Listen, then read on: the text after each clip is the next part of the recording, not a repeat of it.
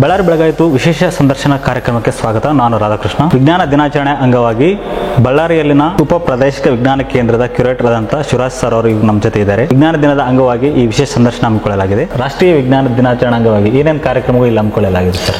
So ನಾಳೆ ರಾಷ್ಟ್ರೀಯ ವಿಜ್ಞಾನ ದಿನಾಚರಣೆಯನ್ನು ನಾವು ಬಳ್ಳಾರಿ ಉಪ ಪ್ರಾದೇಶಿಕ ವಿಜ್ಞಾನ ಕೇಂದ್ರದಲ್ಲಿ ಹಮ್ಮಿಕೊಂಡಿದ್ದೀವಿ. ಈ ಒಂದು ನಿಟ್ಟಿನಲ್ಲಿ ನಾವು ರಾಷ್ಟ್ರೀಯ ವಿಜ್ಞಾನ ದಿನಾಚರಣೆ ಯಾಕೆ ಹಮ್ಮಿಕೋತಾ ಇದ್ದೀವಿ ಅಂದರೆ, ಪ್ರತಿ ವರ್ಷ doctor C V Raman, so ನಮ್ಮ ದೇಶ ಕಂಡ ಅತ್ಯುತ್ತಮ ಮಹಾ ವಿಜ್ಞಾನಿಗಳಲ್ಲಿ ಒಬ್ಬರಾಗಿರುವಂಥ ಡಾಕ್ಟರ್ ಸಿ ವಿ ರಾಮನ್ ಅವರು. ಸೊ ಅವರ ಒಂದು ಸಂಶೋಧನೆಯ ಮುಖಾಂತರ ಅವರು ಸ್ಕ್ಯಾಟ್ರಿಂಗ್ ಆಫ್ ಲೈಟ್ ಅಂತ ಬೆಳಕಿನ ವಿಕಿರಣಗಳು ಯಾವ ರೀತಿಯಾಗಿ ಸ್ಕ್ಯಾಟರಿಂಗ್ ಆಗ್ತವೆ ಅನ್ನೋದನ್ನು ಅವ್ರು ಕಂಡುಹಿಡಿದ್ರು. ಅದನ್ನು ರಾಮನ್ ಎಫೆಕ್ಟ್ ಅಂತ ಕರೀತಾರೆ. ಸೊ ಇದನ್ನು ಮೊಟ್ಟ ಮೊದಲನೇ ಬಾರಿಗೆ ರಾಮನ್ ಅವರು ಅದನ್ನು ಕಂಡುಹಿಡಿದ್ಬಿಟ್ಟು ಅದನ್ನು 1928ರಲ್ಲಿ ವಿಶ್ವಕ್ಕೆ ಅದನ್ನು ಸಾರಿದರು. ಸೊ ಇದ್ರ ಮುಖಾಂತರ ನಮಗೆ ಬೆಳಕು, ಆಕಾಶ ನಮಗೆ ನೀಲಿ ಕಾಣುತ್ತೆ, ಸಮುದ್ರ ಕೂಡ ನಮಗೆ ನೀಲಿ ಕಾಣುತ್ತೆ ಅನ್ನೋದನ್ನು ಅವರು ಪ್ರತಿಪಾದಿಸಿದರು. ಅದನ್ನು ಅವರು ಮನಗೊಂಡ ನಂತರ ಅವರಿಗೆ 1930ರಲ್ಲಿ ನೊಬೆಲ್ ಪ್ರಶಸ್ತಿ ಅವರು ಭಾಗಿನರಾದರು. ಸೊ ಈ ಒಂದು ಗೌರವಾರ್ಥಕವಾಗಿ ಅವರು ಭಾರತ ಸರ್ಕಾರ 1987ರಿಂದ ಸೊ ಅವರ ಒಂದು ಗೌರವಪೂರ್ವಕವಾಗಿ ಅವರು ಕಂಡುಹಿಡಿದಂಥ ಸಂಶೋಧನೆಗಳಿಗೆ ಪೂರಕವಾಗಿ ನಮಗೆ ರಾಷ್ಟ್ರೀಯ ವಿಜ್ಞಾನ ದಿನಾಚರಣೆಯನ್ನು ಆಚರಿಸ್ತಾ ಬಂದಿದೆ. ಸೊ ಈ ವರ್ಷ ಕೂಡ ನಾವು ಉಪಪ್ರದೇಶ ವಿಜ್ಞಾನ ಕೇಂದ್ರದಲ್ಲಿ ಈ ನಿಟ್ಟಿನಲ್ಲಿ ನಾವು ಆಚರಣೆ ಮಾಡ್ತಾ ಇದ್ದೀವಿ. ಈ ಪ್ರಯುಕ್ತ ನಮಗೆ ಒಬ್ಬರು ಸ್ಪೆಷಲ್ ಟಾಕ್ ಕೊಡ್ತಾರೆ. ಸೊ ಅವರು ಸಿ ವಿ ರಾಮನ್ ಬಗ್ಗೆ, ಅವ್ರಿಗೆ ಮಾಡಿರುವಂಥ ಸಂಶೋಧನೆಗಳ ಬಗ್ಗೆ, ಅದಾದ ನಂತರ ಈ ವರ್ಷದ ಒಂದು ಥೀಮ್ ಇದೆ, ಸೊ ವಿಕಸಿತ ಭಾರತಕ್ಕಾಗಿ ಸ್ಥಳೀಯ ತಂತ್ರಜ್ಞಾನಗಳು ಅಂತ. ಸೊ ಈ ನಿಟ್ಟಿನಲ್ಲಿ ನಮ್ಮ ದೇಶ ಯಾವ ರೀತಿಯಾಗಿ ಬೆಳವಣಿಗೆ ಸಾಗ್ತಾ ಇದೆ ಅನ್ನೋದ್ರ ಮುಖಾಂತರವಾಗಿ ಅವರು ಒಂದು ಸ್ಪೆಷಲ್ ಟಾಕ್ ಕೊಡಲಿದ್ದಾರೆ. ಅದಾದ ನಂತರ ಇಲ್ಲಿ ನಾವು 9ನೇ ತರಗತಿ ಮಕ್ಕಳಿಗೆ, ಸೊ ಬಳ್ಳಾರಿ ನಗರ ವ್ಯಾಪ್ತಿನಲ್ಲಿರುವಂಥ ಎಲ್ಲ ಸರ್ಕಾರಿ ಮತ್ತು ಅನುದಾನಿತ ಶಾಲೆಗಳಿಗೆ ಒಂದು ಕಾಂಪಿಟೇಷನ್ಗಳನ್ನ ಕಂಡಕ್ಟ್ ಮಾಡ್ತಾ ಇದ್ದೀವಿ. ಒಂದು ಕ್ವಿಸ್ ಕಾಂಪಿಟೇಷನ್ ನಡೀತಿದೆ, ಒಂದು ಪ್ರಬಂಧ ಸ್ಪರ್ಧೆ ಇದೆ. ಸೊ ಅದು ಸುಮಾರಾಗಿ 35 ಶಾಲೆಗಳಿದ್ದಾವೆ. ಸೊ ನಗರ ವ್ಯಾಪ್ತಿನಲ್ಲಿ 30ರಿಂದ 35 ಶಾಲೆಗಳ ಮಟ್ಟದಲ್ಲಿ ನಮಗೆ ಬರುವಂಥ ಸಾಧ್ಯತೆ ಇದೆ. ಸೊ 100-120 ಜನ ಸೇರುವಂಥ ಅವಕಾಶ ಇದೆ. ಸೊ ಈ ನಿಟ್ಟಿನಲ್ಲಿ ಮಕ್ಕಳಿಗೆ ಈ ಥರ ಕಾಂಪಿಟೇಷನ್ಗಳನ್ನ ಕಂಡಕ್ಟ್ ಮಾಡಿದಾಗ ಆಮೇಲೆ ಈ ಒಂದು ವಿಜ್ಞಾನ ದಿನಾಚರಣೆಯನ್ನು ಅರ್ಥಪೂರ್ಣಕವಾಗಿ ನಾವು ಸೆಲೆಬ್ರೇಟ್ ಮಾಡೋದ್ರಿಂದ ಮಕ್ಕಳಲ್ಲಿ ಕೂಡ ಒಂದು ಮತ್ತೆ ಅಗೇನ್ ವೈಜ್ಞಾನಿಕ ಮನೋಭಾವನೆಯನ್ನು ಒಂದು ಉಂಟು ಮಾಡುವಂಥ ಒಂದು ನಿಟ್ಟಿನಲ್ಲಿ ಈ ಕಾರ್ಯಕ್ರಮನ ಆಯೋಜನೆ ಮಾಡಿಕೊಂಡಿದೆ. ಸರ್, ಬಳ್ಳಾರಿಯ ಉಪ ಪ್ರಾದೇಶಿಕ ವಿಜ್ಞಾನ ಕೇಂದ್ರ ಯಾವ ವರ್ಷ ಸ್ಥಾಪನೆ ಆಗಿದೆ ಮತ್ತು ಸ್ಥಾಪನೆಯ ಉದ್ದೇಶ ಏನು ಸರ್? ಬಳ್ಳಾರಿ ಉಪ ಪ್ರಾದೇಶಿಕ ವಿಜ್ಞಾನ ಕೇಂದ್ರವನ್ನು 2014ರಲ್ಲಿ ಆಗಸ್ಟ್ 15ನೇ ತಾರೀಕಿಗೆ ಪಬ್ಲಿಕ್ ವೀಕ್ಷಣೆಗಾಗಿ ತೆರೆಯಲಾಗಿದೆ. ಸೊ ಇದರ ಮುಖ್ಯ ಉದ್ದೇಶ ಏನಂತಂದರೆ, ಬಳ್ಳಾರಿ ಭಾಗ ಮತ್ತು ಬಳ್ಳಾರಿ ಸುತ್ತಮುತ್ತಲಿನ ಜಿಲ್ಲೆಯ ಭಾಗದಲ್ಲಿ ಜನಸಾಮಾನ್ಯರಿಗೆ ಮತ್ತು ಮಕ್ಕಳಿಗೆ, ವಿಶೇಷವಾಗಿ ಮಕ್ಕಳಿಗೆ ವೈಜ್ಞಾನಿಕ ಮನೋಭಾವನೆಯನ್ನು ಬೆಳೆಸುವುದರ ಒಂದು ನಿಟ್ಟಿನಲ್ಲಿ ಈ ಒಂದು ವಿಜ್ಞಾನ ಕೇಂದ್ರವನ್ನು ಸ್ಥಾಪಿಸಲಾಗಿದೆ. ಸರ್, ವೈಜ್ಞಾನಿಕ ಮನೋಭಾವ ದೃಷ್ಟಿಯಲ್ಲಿ ಸ್ಥಾಪನೆ ಆಗಿದೆ ಅಂತ ಹೇಳಿದ್ರೆ ಪ್ರತಿದಿನ ಯಾವ ರೀತಿಯ ಕಾರ್ಯಚಟುವಟಿಕೆಗಳು ಇಲ್ಲಿ ಹಮ್ಮಿಕೊಳ್ಳಲಾಗ್ತದೆ ಸರ್? ಸೊ ಇಲ್ಲಿ ಮುಖ್ಯವಾಗಿ ಇಲ್ಲಿರುವಂಥ ಗ್ಯಾಲರೀಸ್ ಇದೆ ನಮ್ಮಲ್ಲಿ. ಸೊ ಜೀವ ವೈವಿಧ್ಯತೆಯನ್ನು ತಿಳಿಸುವಂಥ ಒಂದು ಗ್ಯಾಲರಿ ಇದೆ. ಸೊ ಅದಾದ ನಂತರ ಭೂಮಿ ಯಾವ ರೀತಿಯಾಗಿ ಹುಟ್ಟಿತು, ಆಮೇಲೆ ಇಲ್ಲಿ ಜೀವ ವೈವಿಧ್ಯತೆ ಹೇಗೆ ಬೆಳೀತು, ಭೂಮಿ ಮೇಲೆ ಹುಟ್ಟು ಮತ್ತು ಇಲ್ಲಿ ಜೀವ ಸಂಕಲನ ಹೇಗೆ ಬೆಳೀತು ಅನ್ನೋದ್ರ ಬಗ್ಗೆ ಒಂದು ಗ್ಯಾಲರಿ ಇದೆ. ಸೊ ಮಾನವನ ಅಂಗಾಂಗಗಳ ಬಗ್ಗೆ ಕೂಡ ಒಂದು ಗ್ಯಾಲರಿ ಇದೆ. ಅದೇ ರೀತಿಯಾಗಿ ಸಾಮಾನ್ಯ ವಿಜ್ಞಾನದಲ್ಲಿ ಬರ್ತಕ್ಕಂಥ ಭೌತಶಾಸ್ತ್ರದ ಒಂದು ಸರಳ ಮಾದರಿಗಳಂಥ ಒಂದು ಗ್ಯಾಲರಿ ಇದೆ. ಅದಾದ ನಂತರ ಇಲ್ಲಿ ನಮಗೆ ಜಿಯೋಗ್ರಫಿಗೆ ಸಂಬಂಧಪಟ್ಟಂಥ ಒಂದಿಷ್ಟು ಗ್ಯಾಲರಿ ಇದೆ. ಸೊ ಅದೇ ರೀತಿಯಾಗಿ ಆಸ್ಟ್ರಾನಮಿಗೆ ಸಂಬಂಧಪಟ್ಟ ಗ್ಯಾಲರಿ ಇದೆ. ಆಮೇಲೆ ನಮ್ಮಲ್ಲಿ ಒಂದು 8 ಮೀಟರ್ ಡೂಮ್ ಇರುವಂಥ ಒಂದು ತಾರಾಲಯ ಕೂಡ ಇದೆ.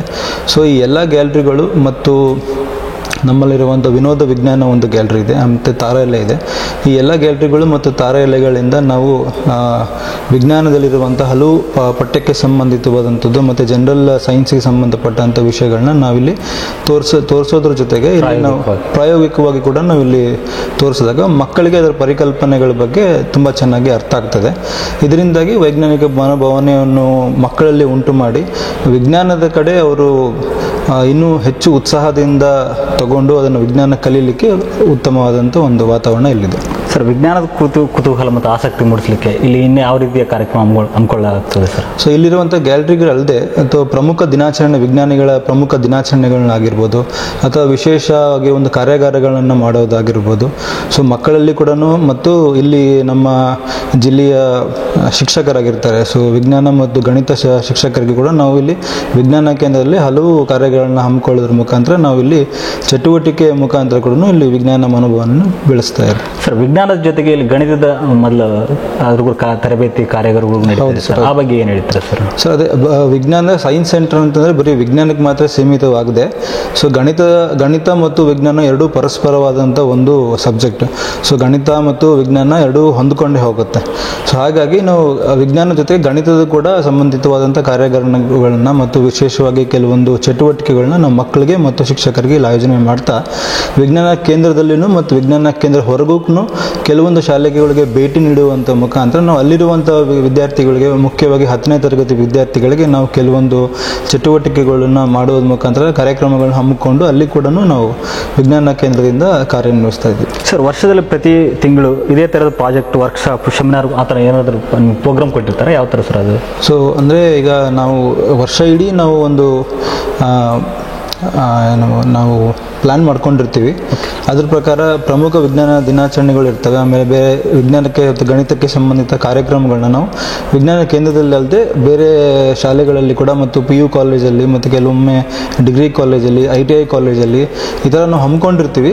ಕಾರ್ಯಕ್ರಮೇಣ ನಮಗೆ ಅವಕಾಶ ಎಲ್ಲೆಲ್ಲಿ ಸಿಗುತ್ತೆ ಅದು ಕೂಡ ಮಾಡ್ತೀವಿ. ಮತ್ತು ಸರ್ಕಾರದ ಕಡೆಯಿಂದ ಕೆಲವೊಂದು ವಿಭಿನ್ನ ಕಾರ್ಯಕ್ರಮಗಳು ಹಮ್ಮಿಕೋಬೇಕು ಅಂತಲೂ ನಮಗೆ ಆದೇಶಗಳಿರ್ತವೆ. ಅದು ಸರ್ಕಾರದ ಕಾರ್ಯಕ್ರಮಗಳನ್ನ ಕೂಡ ನಾವು ಸೈನ್ಸ್ ಸೆಂಟರ್ ವತಿಯಿಂದ ನಾವು ಹಮ್ಮಿಕೊಂಡು ಎಲ್ಲ ಕಾರ್ಯಕ್ರಮಗಳನ್ನು ನಾವು ಮಾಡ್ತಾ ಬಂದಿದ್ದೀವಿ. ಸರ್, ವಿದ್ಯಾರ್ಥಿಗಳಾಗಿರ್ಬೋದು ಅಥವಾ ಪೋಷಕರಾಗಿರ್ಬೋದು, ಶಿಕ್ಷಕರಾಗಿರ್ಬೋದು, ವಿಜ್ಞಾನಕ್ಕೆ ಪ್ರಾದೇಶಿಕ ವಿಜ್ಞಾನ ಕೇಂದ್ರಕ್ಕೆ ಬಂದರೆ ಇಲ್ಲಿ ಏನೇನು ನೋಡ್ಬೋದು ಮತ್ತು ಏನೇನು ಕಲಿಬೋದು?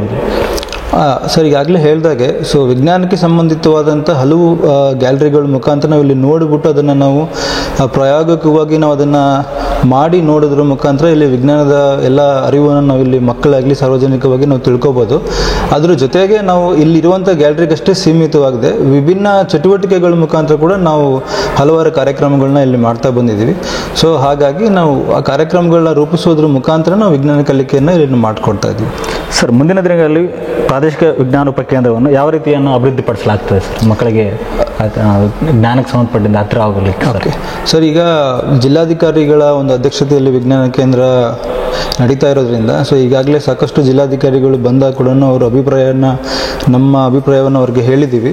ಸೊ ಮುಂದಿನ ದಿನಗಳಲ್ಲಿ ಏನಂತಂದರೆ ಇದು ತುಂಬ 11 ಎಕರೆ ಜಮೀನು ಇರೋದ್ರಿಂದ ಸಾಕಷ್ಟು ಒಣ ಪ್ರದೇಶ ಥರ ಇಲ್ಲಿ ಕಾಣ್ತಾ ಇದೆ. ಸೊ ಹಾಗಾಗಿ ಜಿಲ್ಲಾಧಿಕಾರಿಗಳಿಗೆ ನಾವು ಮನವಿಯನ್ನು ಮಾಡಿಕೊಂಡಾಗ ಅವರು ಈಗಿನ ಮುಂದಿನ ಮಳೆಗಾಲದಲ್ಲಿ ಇಲ್ಲಿ ಒಂದು 600 ಗಿಡಗಳನ್ನ, ಸಸಿಗಳನ್ನ ಹಾಕೋದ್ರ ಮುಖಾಂತರ ಒಂದು ಸ್ವಲ್ಪ ಇಲ್ಲಿ ಹಸಿರು ವಾತಾವರಣ ಸೃಷ್ಟಿಯಾಗಲಿ ಅನ್ನೋ ಒಂದು ನಿಟ್ಟಿನಲ್ಲಿ ಈ ಥರ ಜಿಲ್ಲಾಧಿಕಾರಿಗಳು ಕೆಲಸ ಮಾಡ್ತಾ ಇದ್ದಾರೆ.